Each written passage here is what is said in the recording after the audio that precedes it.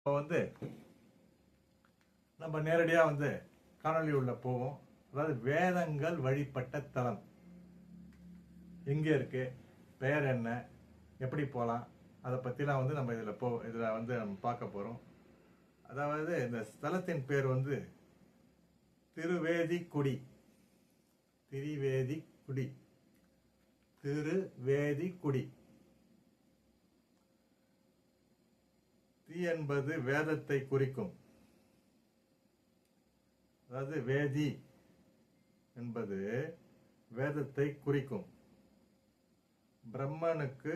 பிரம்மனுக்கும் வேதி என்ற பெயர் உண்டு.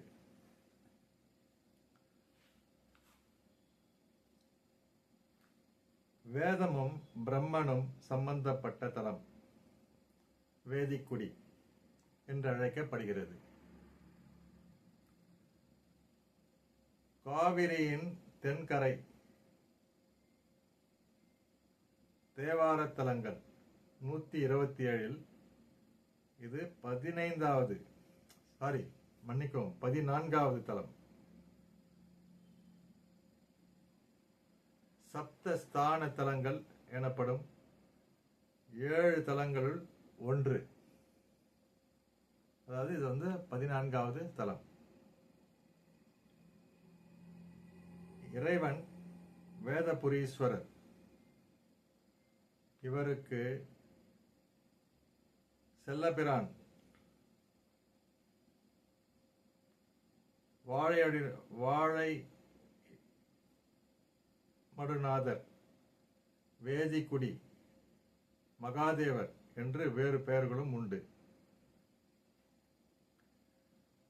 இறைவி மங்கையர்க்கரசி, மங்களநாயகி என்றும் அழைக்கப்படுகிறாள்.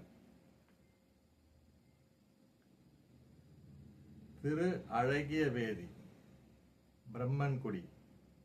குடிபுகுந்த ஓர் பிரம்மன் இத்தலத்தில் தங்கியிருந்து நாள்தோறும் இறைவனை வழிபட்ட தலம் என்பதால் திருவேதிக்குடி.